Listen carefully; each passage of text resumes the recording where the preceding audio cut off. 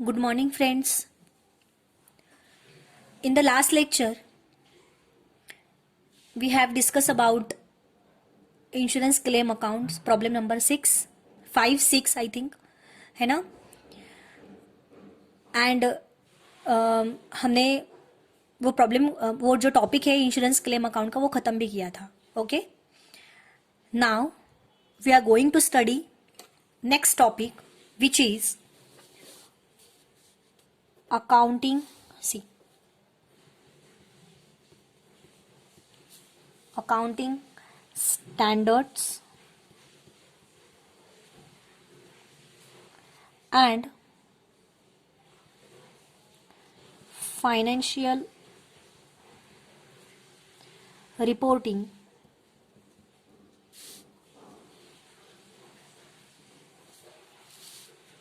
It means कि इसको बोला जाता है introduction to IFRS.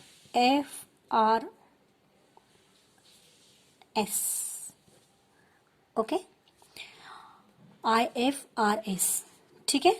Introduction to IFRS, इसको ये भी बोलते हैं. ओके,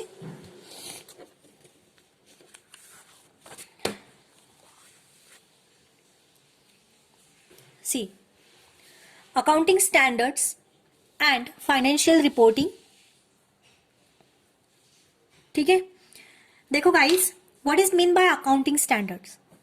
देखो, जैसे कि जब हम लोग, हमें तो पता ही अकाउंट क्या है, and we have studied this topic also. We have studied this topic in second year also and first year also, right. But now it is advanced. Okay, you are going to study advanced in accounting standards. So here what is accounting standard, मैं एक बार फिर से समझा देती हूँ आपको कि accounting, what is account. Account is the language of business, right. कोई अगर हमें बोलता है कि what is mean by account, तो हम लोग क्या बोलेंगे कि account is a language of business which is communicate for the financial transactions, है ना, which communicates for the which communicates of financial performance of the business, what the enterprises has done. Okay, so अगर हम लोग बोलते हैं कि account एक language है बिजनेस की जो कि फाइनेंशियल पोजीशन आइडेंटिफाई करती है, जो कि कम्युनिकेट करती है about financial position and financial performance of the business और इंटरप्राइजेस. तो ये जो फाइनेंशियल पोजीशन है, ये जो फाइनेंशियल परफॉर्मेंस है, ये फाइनेंशियल परफॉर्मेंस वो कैसे करती है? ऑब्वियसली फाइनेंशियल डेटा प्रिपेयर करके. तो फाइनेंशियल डेटा क्या क्या होता है? Profit and loss account, trading account, balance sheet, any other things, cash flow statement, है ना. तो ये जो स्टेटमेंट्स होते हैं वो प्रिपेयर करते हैं. It is called financial data, right.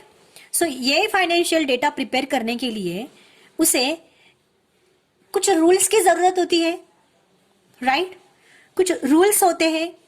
वो रूल्स के जरिए, वो rules as per that rules business prepares this statements, business prepare this data of which is called financial data.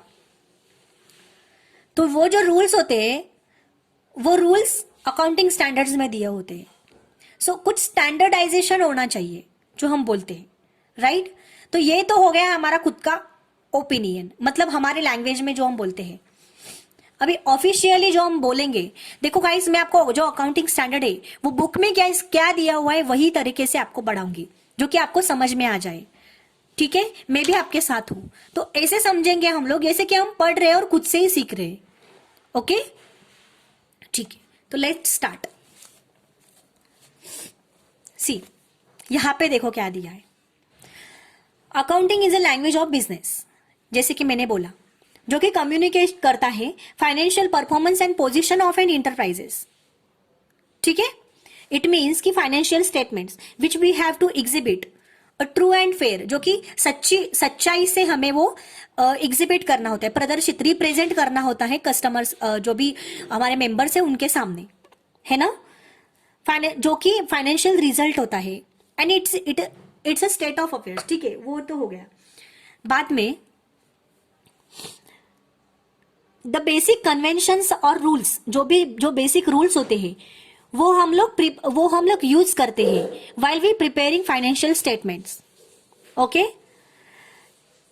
had evolved over many years as a product of collective experience of practicing accountants. है ना, जो कि वो लोग क्या करते हैं, बहुत साल से वो लोग उसको यूज करते हैं, बेसिक रूल्स को फाइनेंशियल स्टेटमेंट्स को प्रिपेयर करने के वक्त. एज ए रिजल्ट, परिणामतः क्या होता है, a wide variety of accounting methods were used by different companies. अलग अलग कंपनी अलग अलग मेथड्स यूज करती है. Okay, it was then felt that, ये सब चीजों को समझने के बाद ऐसा लगा कि there should be some standardise set of rules and accounting principles. कुछ तो भी स्टैंडर्ड रूल्स होने चाहिए एंड कुछ प्रिंसिपल्स होने चाहिए, अकाउंटिंग प्रिंसिपल्स होने चाहिए. क्या रिड्यूस करने के लिए, कंफ्यूजन रिड्यूस करने के लिए. क्या कंफ्यूजन, वेरिएशंस इन मेथड्स, जो कि बहुत सारे मेथड्स है, वो मेथड्स को रिड्यूस करने के लिए. और एक ही मेथड रखो, एक ही रूल रखो, एक ही स्टैंडर्डाइज रखो. ओके, एक ही प्रिंसिपल रखो, जो कि हमारा जो फाइनेंशियल स्टेटमेंट्स होता है वो अच्छे से प्रिपेयर हो और ट्रू एंड फेयरनेस हो उसमें. Okay, however such accounting rules should have a reasonable degree of flexibility in view of specific circumstances of an enterprises. obviously कुछ अकाउंटिंग रूल्स होने चाहिए जो कि उसमें फ्लेक्सिबिलिटी होनी चाहिए कि कुछ ना कुछ परिस्थिति आ जाए, कुछ कंडीशन आ जाए बिजनेस में, वो बिजनेस में भी उसको मतलब वो कंडीशन में, जैसे अभी कोविड-19 चल रहा है, तो वो कोविड-19 के सिचुएशन में भी बिजनेस कैसे अकाउंट्स प्रिपेयर कर रहा है, तो वो प्रिपेयरनेस वो while business preparing this accounts, this financial statements, so there should be only one method, है ना, जो कि हर एक बिजनेस प्रिपेयर कर रहा है, हर एक बिजनेस वो यूज कर रहा है, अप्लाई कर रहा है while they are preparing financial statements. Okay, so यहाँ पे ये कहने की कोशिश कर रहा है जो कि view of specific circumstances of an enterprises and also in line with the changes in the economic environment, social needs, legal requirements and technological developments. उसमें कुछ तो भी फ्लेक्सिबिलिटी होनी चाहिए. टेक्नोलॉजी चेंज हुई, हाँ, तो वो टेक्नोलॉजी एडॉप्ट कर सकते हैं हम हमारे रूल्स में, हम हमारे मेथड्स में. ओके, तो ये था एक अकाउंटिंग स्टैंडर्ड का छोटा सा ऑफिशियली मीनिंग. ठीक है, जो कि हम लोग आसानी से याद रख सकते हैं कि फाइनेंशियल स्टेटमेंट्स प्रिपेयर करने के लिए एक रूल्स की जरूरत है, एक स्टैंडर्डाइजेशन की जरूरत है, एक प्रिंसिपल की जरूरत है, जो कि एक ही अप्लाई हो. और वो किस लिए होनी चाहिए, जो कि बहुत सारे मेथड्स है उसको रिड्यूस करने के लिए, उसको एलिमिनेट करने के लिए. और एक ही रूल रखो जो कि हर बिजनेस अप्लाई कर सकता है. ओके, इसके एडवांटेजेस क्या होते हैं, सबसे पहले हम मीनिंग जानेंगे. जो यूज है, जो स्टैंडर्ड एक यूज है, स्टैंडर्ड ऑफ वर्ड है, वो कैसे यूज होता है, वो कब यूज किया गया इन अकाउंटिंग लिटरेचर में. The use of word standard in accounting literature is of a recent origin. वो क्या है, एक ओरिजिनल फॉर्म में है, अकाउंटिंग लिटरेचर में दिया हुआ है. What is describe as standard today, आज के इसमें हम लोग क्या स्टैंडर्ड को कैसे डिस्क्राइब कर सकते हैं, used in to be generally known as principle. Standard means what, principle. A few years ago, ठीक है, the British introduce the term standards in place of principle के जगह पे उन्होंने स्टैंडर्ड का वर्ड यूज करना शुरू किया. किसने, ब्रिटिशर्स ने. ठीक है, when they set up their accounting standard steering committee, जब उन्होंने अकाउंटिंग स्टैंडर्ड स्टीयरिंग कमिटी जब उन्होंने सेटअप की, कब, इन द एंड ऑफ 1969 में उन्होंने जब सेटअप किया अकाउंटिंग स्टैंडर्ड का, अकाउंटिंग स्टैंडर्ड की कमिटी उन्होंने, स्टीयरिंग कमिटी उन्होंने सेटअप की. And the Americans adopted the same term, Americans ने वही सेम टर्म एडॉप्ट किया.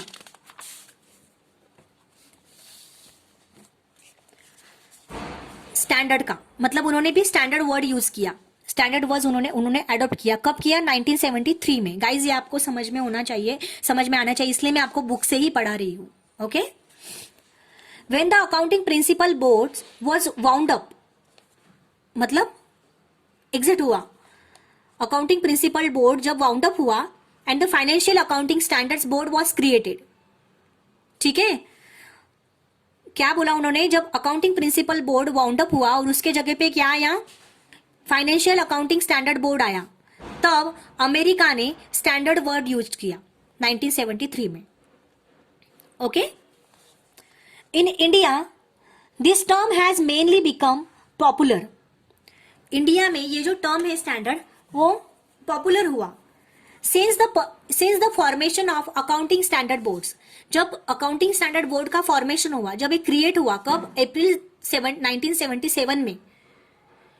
ये जब बोर्ड है, ये जो अकाउंटिंग स्टैंडर्ड बोर्ड है, ये जब क्रिएट हुआ तभी ये पॉपुलर हो गया स्टैंडर्ड का टर्म.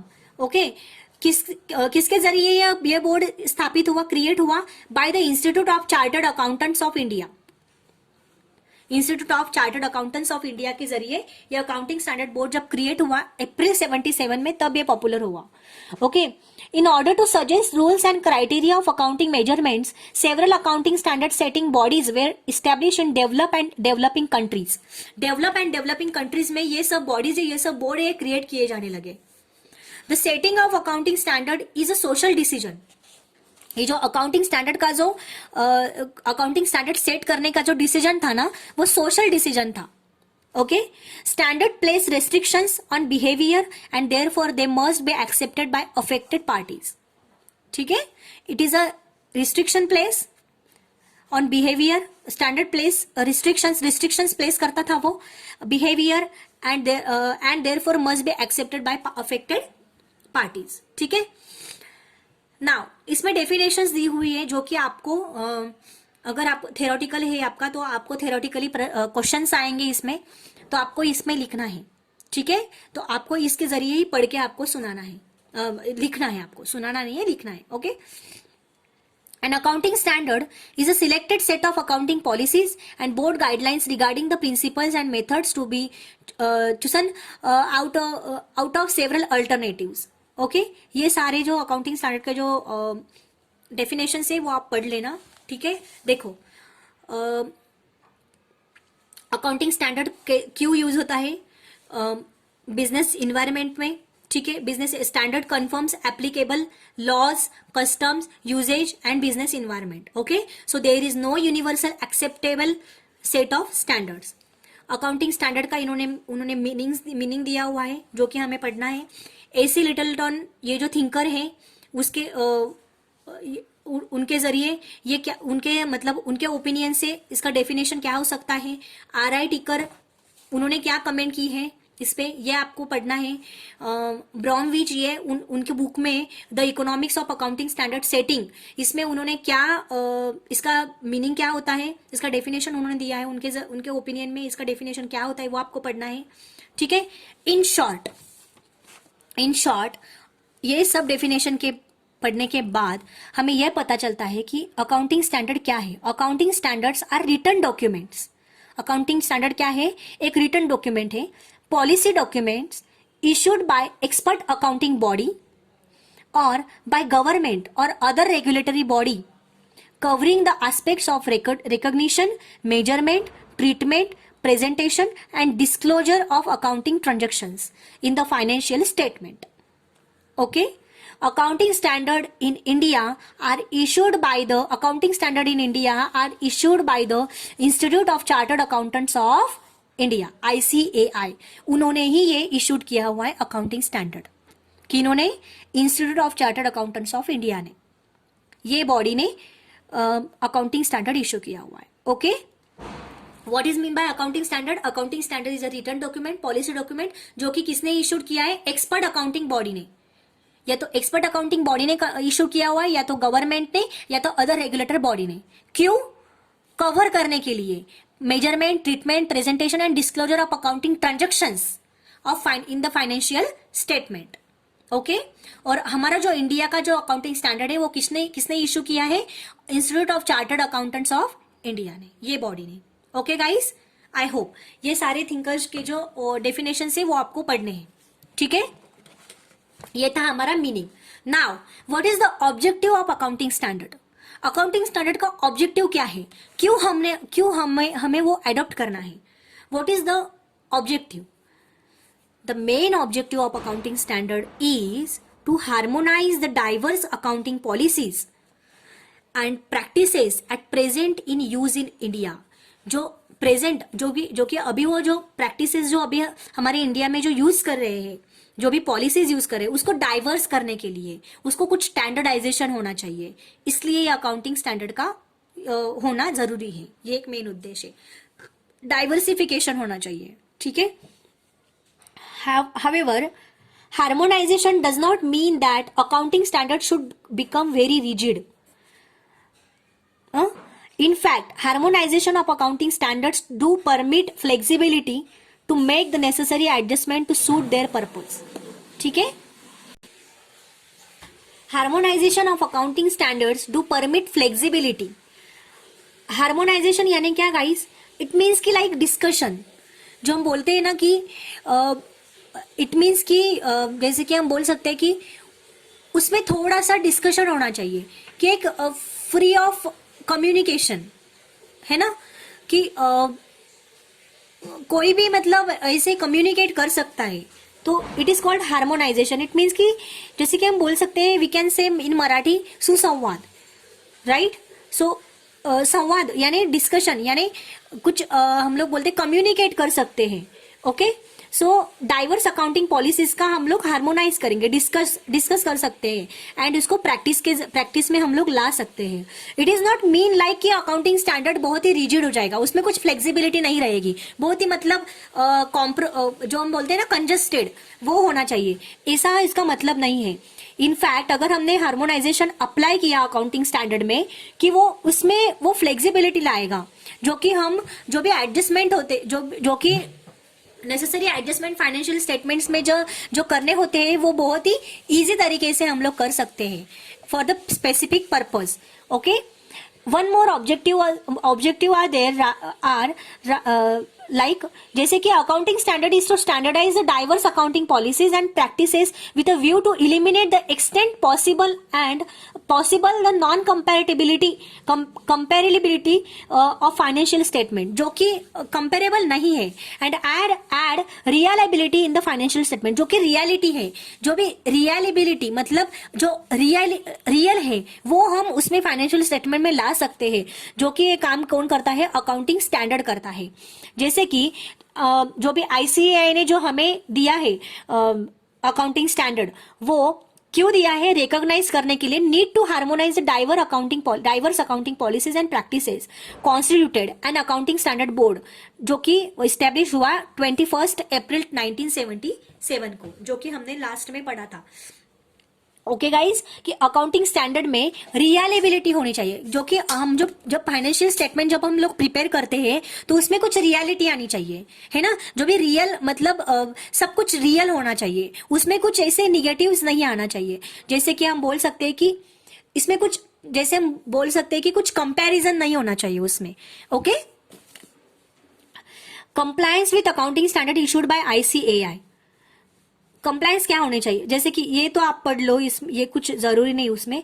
ऑडिटर्स की क्या ड्यूटी है अकाउंटिंग स्टैंडर्ड के टाइम, अकाउंटिंग स्टैंडर्ड के रिलेशन में ऑडिटर्स की क्या ड्यूटी, ये तो हमें पढ़ना चाहिए. ओके. ऑडिटर्स की ड्यूटी है to ensure that accounting standard issue किए हुए and made mandatory by the ICAI are implemented. Okay. Implement किया कि बिजनेस इंप्लीमेंट कर रहा है वो अकाउंटिंग स्टैंडर्ड को, ये ऑडिटर का ड्यूटी है. ठीक है. Section 227 clause 3 of companies act 1956 में रिक्वायर है कि auditor to report whether in his opinion the profit and loss account and balance sheet comply with the accounting standard referred in section 211 clause 3C of Companies Act 1956. Auditors' duties in relation to mandatory accounting standards are explained in the following figure. उसके duties क्या क्या है ये यहाँ पे दिया हुआ है. तो आई होप आप है ना, ये जो डायग्राम है गाइज, ये प्रिपेयर करके रखो, लर्न करके रखो. आप अगर ये ऐसा अगर उन्होंने अगर बोला कि explain the duties of auditor in relation to accounting standard, अगर आपको ये क्वेश्चन आया तो आप पूरा का पूरा सीधा ये जो डायग्राम है इसमें ही आप आंसर दे सकते हो, राइट. और इफेक्टिव भी आंसर लगेगा अगर आपने ऐसा दिया तो. ओके.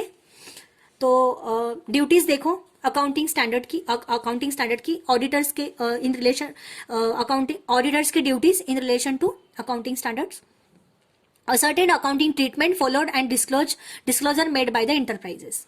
ठीक है, इंटरप्राइज डिस्क्लोज करता है ऑडिटर्स के रिपोर्ट किए जाने के बाद। Is accounting treatment as per standard, is accounting statement, accounting की जो ट्रीटमेंट होती है मतलब क्या, फाइनेंशियल डेटा प्रिपेयर करना, पॉलिसीज रखना, अकाउंटिंग पॉलिसीज को इम्प्लीमेंट करना, ये सब चीजें ये एज पर अकाउंटिंग स्टैंडर्ड के जरिए होना चाहिए, as per standard accounting standard. Yes yes, no further action required, इसके नो ओके, ये यहां पे दिया हुआ है। देन दूसरा क्या है, is disclosure as per standard. Disclosure जो है मतलब जो हम बाहर जो नोटिस पे जो उनका जो फाइनेंशियल डेटा वो लोग प्रिपेयर जो लगाते हैं, जो उनका अकाउंटिंग रिकॉर्ड जो होते हैं वो जो लगाते हैं मेंबर्स के लिए, वो स्टैंडर्ड एज पर स्टैंडर्ड के जरिए होना चाहिए क्या, सॉरी यहाँ पे नहीं आएगा, यहाँ पे no, as per standard no. Okay, तो ये भी नो ही बता रहा है ये। Is there a violation of legal requirements, yes violation हो सकता है। Okay, is there effect of deviation material, ये अकाउंटिंग ट्रीटमेंट का, यस। देखो गाइज ये थोड़ा सा रिजिड है, फ्लेक्सिबिलिटी नहीं, मतलब थोड़ा सा कंसेप्ट समझने में थोड़ा सा दिक्कत हो जाएगा, लेकिन आप एरो के जरिए आपको समझ में आ जाएगा, डोंट वरी। ठीक है, इसके लिए कोई एक्शन रिक्वायर्ड नहीं है, इसके लिए भी कोई एक्शन रिक्वायर्ड नहीं है, और स्टैंडर्ड के जरिए ही होना चाहिए अकाउंटिंग ट्रीटमेंट, ये नो बोल रहा है। ठीक है, और इसके लिए कोई डिविएशन मटेरियल चाहिए क्या, वो बोल रहा है yes, qualify the audit report होना चाहिए। ठीक है, then is there a violation of legal requirements, legal requirements का उल्लंघन, वायोलेशन होता है क्या, ये बोल रहा है नो। ओके, ये बोल रहा है यस यहाँ पे, और यहाँ पे जाके क्वालिफाई ऑडिट का रिपोर्ट होना चाहिए, यहाँ पे नो है। Is true and fair view affected, no, disclose the fact of deviation in audit report, मतलब आप जो अकाउंटिंग ट्रीटमेंट मतलब जो अकाउंटिंग रिकॉर्ड्स आप जो मेंटेन कर रहे हो वो आप जो बाहर जो डिस्क्लोज करते हो वो एज पर स्टैंडर्ड होंगे, नहीं होगा तो भी चलेगा। ठीक है, तो ये ऐसा वो यहाँ पे बोल रहा है। तो ऑडिटर्स की यहाँ पे जो ड्यूटी मतलब ऑडिटर्स की ड्यूटीज हो जाने के बाद यहाँ पे जो दिया हुआ है ये डायग्राम, ये ऑडिटर्स की ड्यूटीज होती है ये, तो ये तो कुछ बहुत ही रिजिड है। आप एक काम करो, आप थोड़ा सा इसमें से ही प्रिपेयर कर लो। ठीक है, और यहाँ पे कुछ दिया हुआ है नहीं, बस उतना ही करना है कि ज्यादा कुछ लेने की जरूरत नहीं है, या फिर ये पूरा का पूरा लर्न कर लो गाइस। आई डोंट थिंक कि इसमें कुछ बहुत ही मेहनत करने की जरूरत है। ओके, जो इम्पोर्टेंट है हम लोग वही देखेंगे, ज्यादा कुछ देखने की जरूरत नहीं है। Okay, then we can say accounting standard in India, ये थोड़ा सा पढ़ लेंगे। अकाउंटिंग स्टैंडर्ड इन इंडिया कि इंडिया में क्या हुआ था। देखो, diverse policies sorry accounting policies को मतलब डाइवर्स करने के लिए एंड प्रैक्टिसेस इन इंडिया में प्रैक्टिस करने के लिए अकाउंटिंग स्टैंडर्ड जरूरी था। Okay, then institute of chartered accountant ने अकाउंटिंग स्टैंडर्ड बोर्ड को इस्टेब्लिश किया अप्रैल 1977 में। Accounting standard board is interested the following functions, accounting standard board के फंक्शंस कौन से होते हैं वो हम थोड़ा सा देखेंगे। To formulate accounting standard which may be establish by the council of ICAI यानी accounting institute of chartered accountant of India in India. Okay, किसने इस्टेब्लिश किया ये, ICAI ने। ठीक है, अकाउंटिंग स्टैंडर्ड को फॉर्मुलाइज करना मतलब फॉर्मुलेट करना है अकाउंटिंग स्टैंडर्ड को। ठीक है, वाइल फॉर्मुलेटिंग स्टैंडर्ड, जब हम फॉर्मुलेट करते हैं स्टैंडर्ड्स को, अकाउंटिंग स्टैंडर्ड को, accounting standard board is required to take into consideration the applicable laws, custom and usages of business environment, कि बिजनेस के इन्वायरमेंट को ये यूज होगा कि नहीं, ये उसको कंसिडर करना है। It is also required to give due consideration to international accounting standard issued by IASC and integrate them to extent possible in the light of the conditions and practices prevailing in India। ठीक है, थोड़ा सा read कर लो, बाकी कुछ जरूरत नहीं है। Then to propagate the accounting standard and persuade the concerned parties to adopt them in the preparation and presentation of financial statements. थोड़ा सा प्रोपेगेट करना है अकाउंटिंग स्टैंडर्ड को, यानी प्रचार प्रसार करना है. ओके, प्रोपेगेट करना है, डिस्क्लोज करना है उसको थोड़ा सा. एंड जब हम लोग फाइनेंशियल स्टेटमेंट को प्रिपेयर करते हैं और उसको प्रेजेंट करते हैं तब. Okay, to issue guidance notes को इश्यू करना, इसका फंक्शंस होता है अकाउंटिंग स्टैंडर्ड बोर्ड का. ठीक है, गाइडेंस नोट्स को इश्यू करना है अकाउंटिंग स्टैंडर्ड पे एंड गिव क्लैरिफिकेशंस देना है उस इश्यू पे. ठीक है, to review the accounting standard at periodical intervals. Review करना है, रिव्यू देखना है अकाउंटिंग स्टैंडर्ड किस तरह से चल रहे हो पीरियोडिकल बेसिस पे. ठीक है, तो ये था थोड़ा सा अकाउंटिंग स्टैंडर्ड इन इंडिया के बारे में. ठीक है, ये सब आप लोग रीड कर लो, इसमें कोई दिक्कत नहीं है. Okay guys,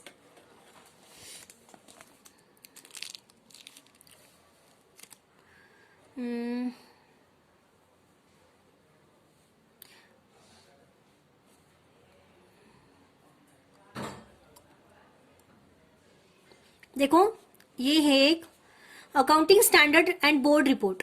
accounting standard and board report, ये रिपोर्ट कैसे होता है? Section 217 clause 2AA sub clause 1 of companies act 1956 states that a director's responsibility statement should include that in the preparation of annual accounts. जब हम लोग annual accounts prepare करते हैं तब directors की responsibility होती है कि वो जो statement है वो include होना चाहिए.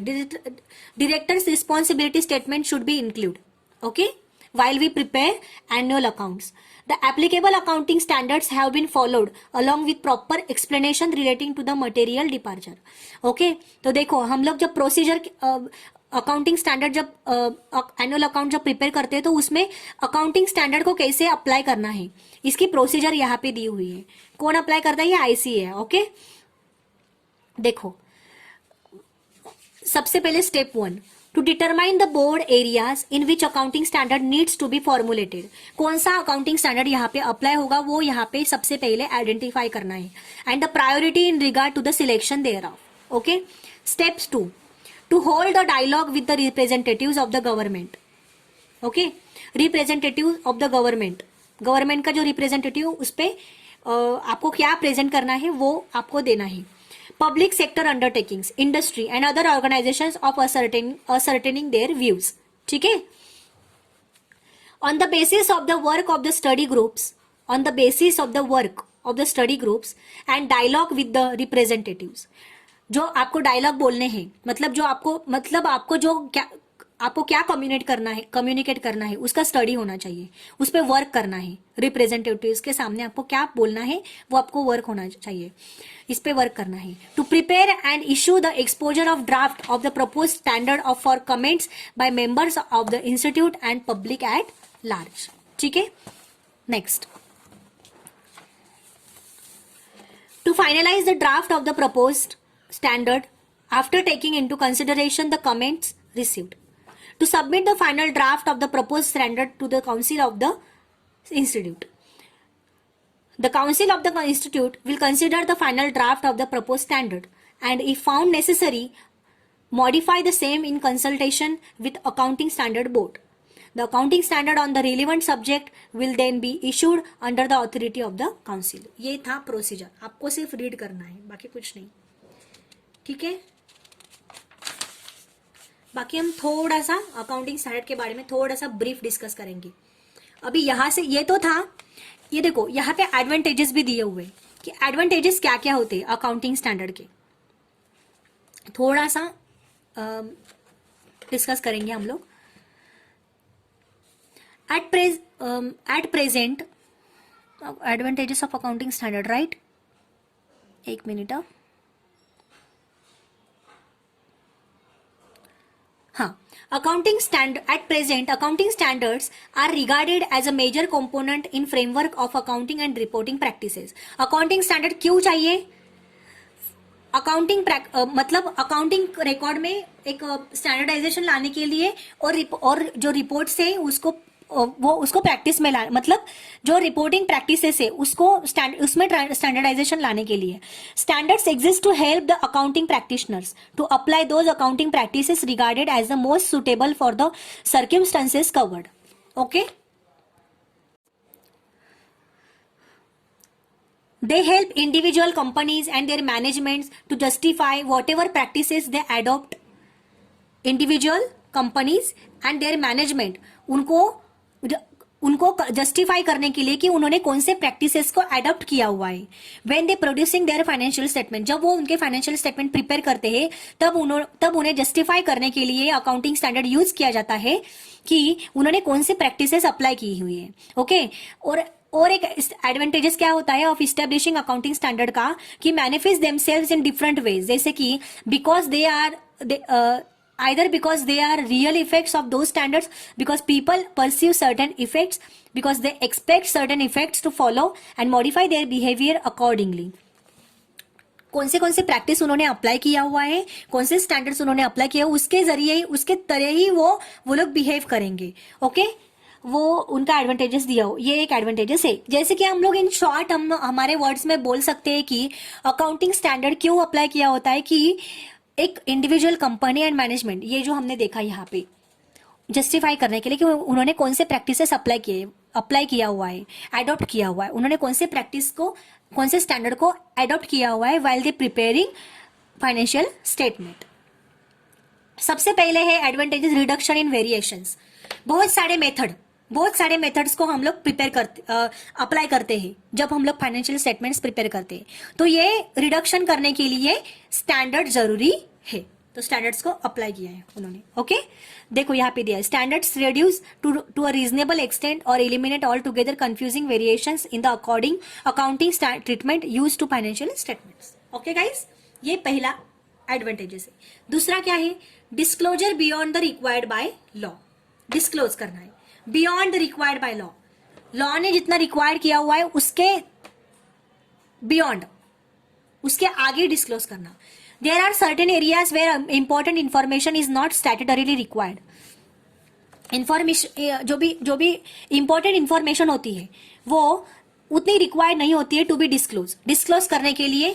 मतलब वो जरूरी नहीं है कि हम लोग जो भी इंपॉर्टेंट इंफॉर्मेशन है वो उसको डिस्क्लोज करें.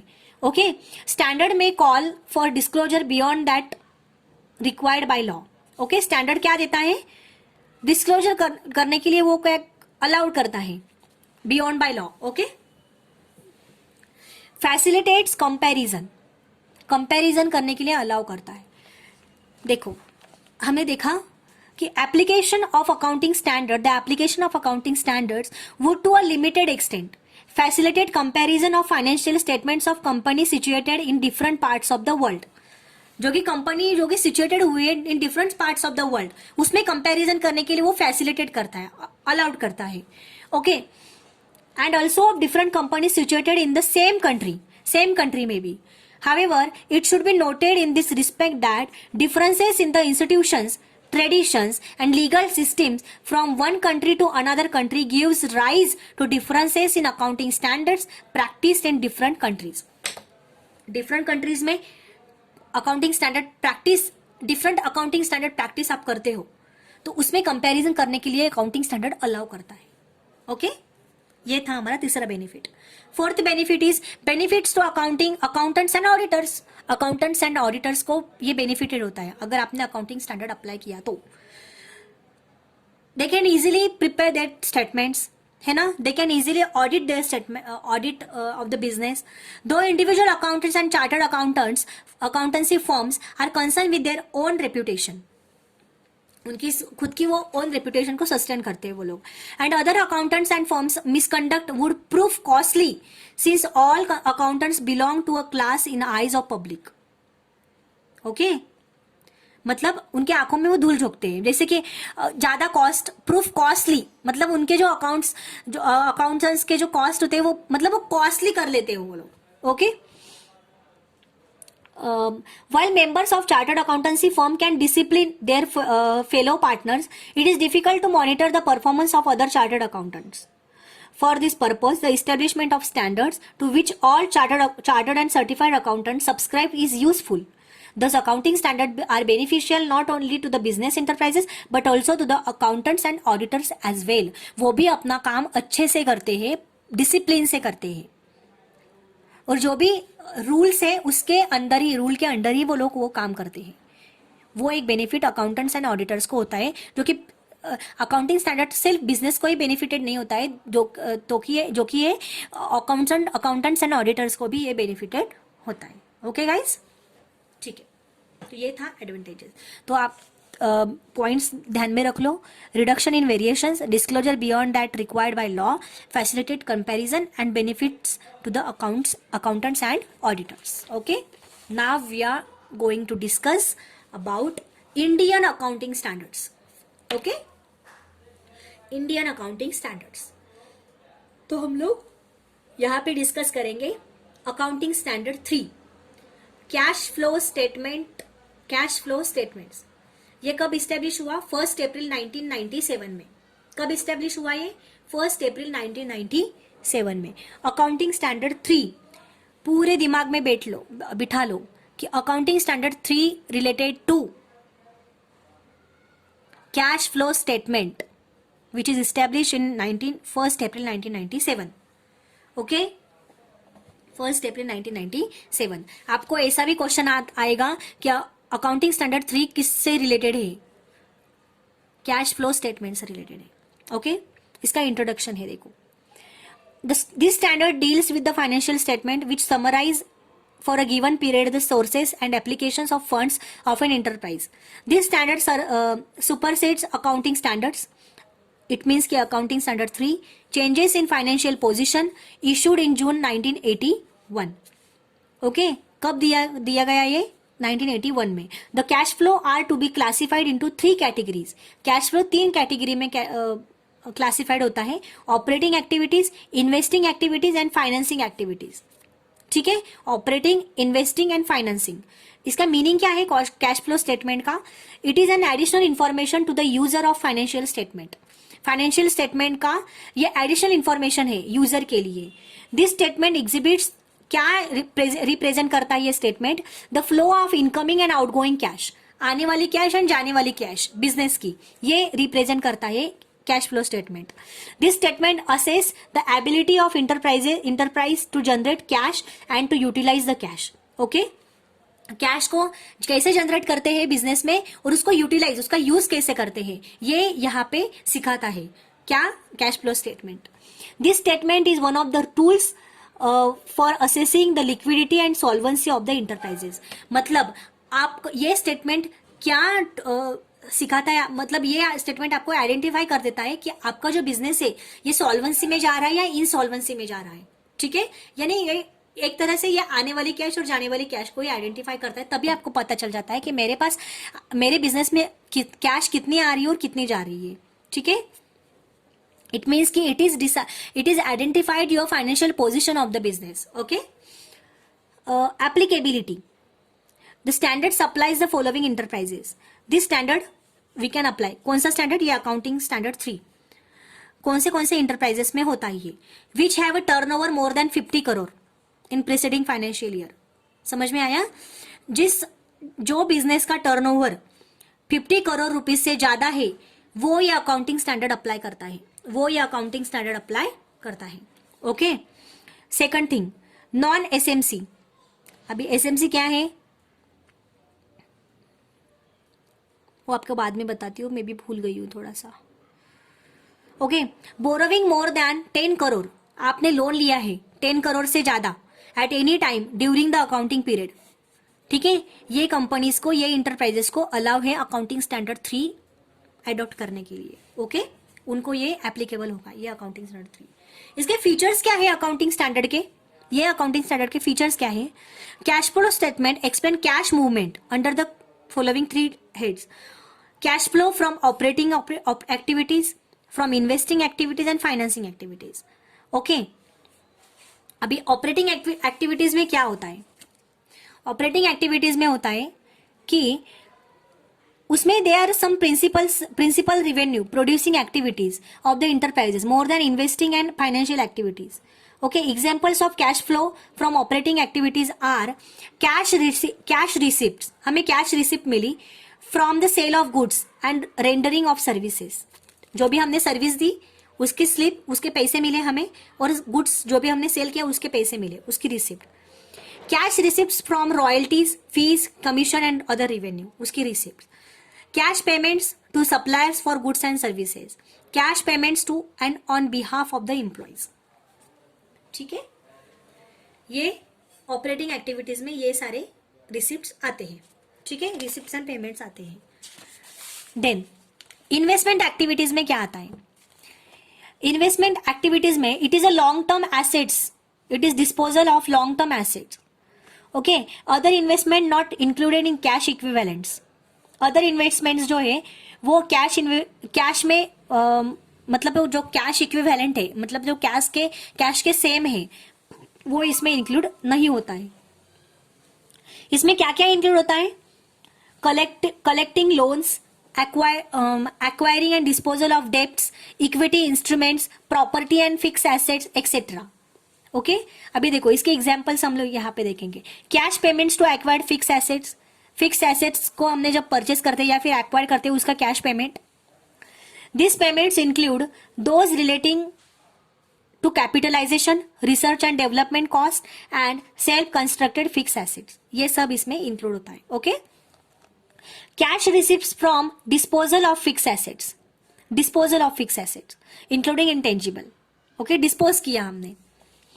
These payments to acquired shares, warrants or debts instruments of other enterprises and interest in joint ventures other than payments for those instruments considered by be cash equivalents and those held for dealing of trading or purpose. मतलब आपने जो आपकी जो fix assets थी उसको आपने disposal कर दिया, यानी पेमेंट कर दिया, मतलब उसको हम आपने दे दिया. फॉर एग्जाम्पल शेयर्स, आपने किसी के शेयर्स लिए थे, आपने इन्वेस्टमेंट किया था, वो शेयर्स के पैसे, वो शेयर्स आपने बेच दिया. ओके, यानी आपने इन्वेस्टमेंट उसको, उसमें इंटेंजिबल्स भी आता है देखो. ओके, तो इट मीन्स कि डिस्पोजल ऑफ फिक्स एसेट्स, उसकी रिसिप्ट. ओके, बाकी आपको कुछ याद रखने की जरूरत नहीं है. Cash receipts from disposal of shares, warrants और डेब्ट्स इंस्ट्रूमेंट्स. ठीक है, उसका डिस्पोजल कर देना. बाकी फाइनेंशियल, ये था इन्वेस्टमेंट एक्टिविटीज जो कि इन्वेस्टमेंट से रिलेटेड है. ओके, ये आपको ध्यान में रखना है. सिर्फ long term assets, fix assets आते हैं इसमें, लॉन्ग टर्म एसेट्स आते हैं including intangible assets. Financial activities. Financial activities में क्या है? फाइनेंशियल एक्टिविटीज में which results in these are the activities which results in change in size and composition of owner's capital. Okay, and borrowing of the organization. Owner का capital, borrowing और organisation का borrowing, इसका composition करना. Okay, this include receipts from issuing shares, debentures, bonds, borrowing and payment of borrowing amount loan etcetera. जो भी आपने shares issue किए हैं, डिबेंचर्स किए हैं, बॉन्ड्स किए हैं, या फिर आपने बोरोविंग किया है, लोन लिया है, पेमेंट ऑफ बोरोविंग अमाउंट, आपने जो लोन लिया है उसका पेमेंट करना, ये सारे जो रिसिप्ट्स होते हैं वो रिसिप्ट्स फाइनेंशियल एक्टिविटीज में आते हैं. ओके, जैसे कि देखो, sale of shares, buyback of shares, redemption of preference shares, issue और redemption of debentures, long term loan और पेमेंट देयर ऑफ, डिविडेंड और इंटरेस्ट पेड, ये सब कहाँ पे आता है? फाइनेंशियल स्टेटमेंट पे आता है. ठीक है. Cash flow from operating activities, direct method and indirect method, ये दोनों तरफ से ऑपरेटिंग एक्टिविटीज में ये कैश फ्लो होता है. डायरेक्ट मेथड में gross receipt and gross payment आता है. इनडायरेक्ट मेथड में profit and loss account is adjusted for the effects of transaction of non cash nature. जो भी नॉन कैश होता है वो ट्रांजेक्शंस यहाँ पे आते हैं इनडायरेक्ट मेथड में. ओके, इंटरेस्ट रिसीव्ड, इंटरेस्ट आपको किस किस जरिए इंटरेस्ट रिसीव्ड हुआ है वो यहाँ पे आता है. इंटरेस्ट पेड भी यहाँ पे आता है. डिविडेंड रिसीव्ड है ना, ये सब आते हैं यहाँ पे. ठीक है, इतना कुछ देखने की जरूरत नहीं है. सिर्फ accounting standard 3 cash flow statement से रिलेटेड है. कैश फ्लो स्टेटमेंट का मीनिंग आपने देखा. Okay, cash flow statement is a statement which exhibit the incoming cash and outgoing cash. Okay, which represent the flow of incoming and outgoing cash. ठीक है, इतना. And उसमें कौन से एक्टिविटीज होती है? Operating, investing and financial. Okay तो और ये स्टैंडर्ड जो है, ये जो अकाउंटिंग स्टैंडर्ड है वो कौन से इंटरप्राइजेस को अप्लाई होता है? 50 करोड़ से ज्यादा टर्नओवर वाले इंटरप्राइज को, non SMC and more than 10 crore का उन्होंने बोरोविंग किया हुआ है वो इंटरप्राइजेस को। बस इतना ही याद रखो। ऑपरेटिंग एक्टिविटीज में क्या क्या आता है, इन्वेस्टिंग में क्या क्या आता है, और फाइनेंशियल एक्टिविटीज में क्या क्या आता है, बस इतना ही याद रखो। बाकी कुछ भी करने रखने की याद रखने की जरूरत नहीं है। ठीक है, इसके प्रॉब्लम्स है, ये प्रॉब्लम्स को आप लोग नहीं सॉल्व, मतलब कुछ सॉल्यूशन इसके प्रॉब्लम्स नहीं होता, ये सारा थ्योरेटिकली टॉपिक है। ठीक है, बाद में है अकाउंटिंग स्टैंडर्ड 7। हमने क्या पढ़ा अभी? Accounting standard 3। अभी यहां पे है अकाउंटिंग स्टैंडर्ड 7। ओके, ये अकाउंटिंग स्टैंडर्ड 7 हम लोग नेक्स्ट लेक्चर में पढ़ेंगे। ओके गाइस, ठीक है, तो यहां तक आप लोग थोड़ा पढ़ लो, रीडिंग करो, नेट पे से थोड़ी इंफॉर्मेशन निकालो अकाउंटिंग स्टैंडर्ड 3 की, अकाउंटिंग स्टैंडर्ड के मीनिंग की थोड़ा सा आप लर्न करो, थोड़ा सा रीडिंग करो। ओके, समझ में आ जाएगा, बाकी कुछ नहीं, इजी है। ठीक है, thank you so much. Next lecture में हम लोग अकाउंटिंग स्टैंडर्ड 7 पढ़ेंगे। Thank you, bye bye.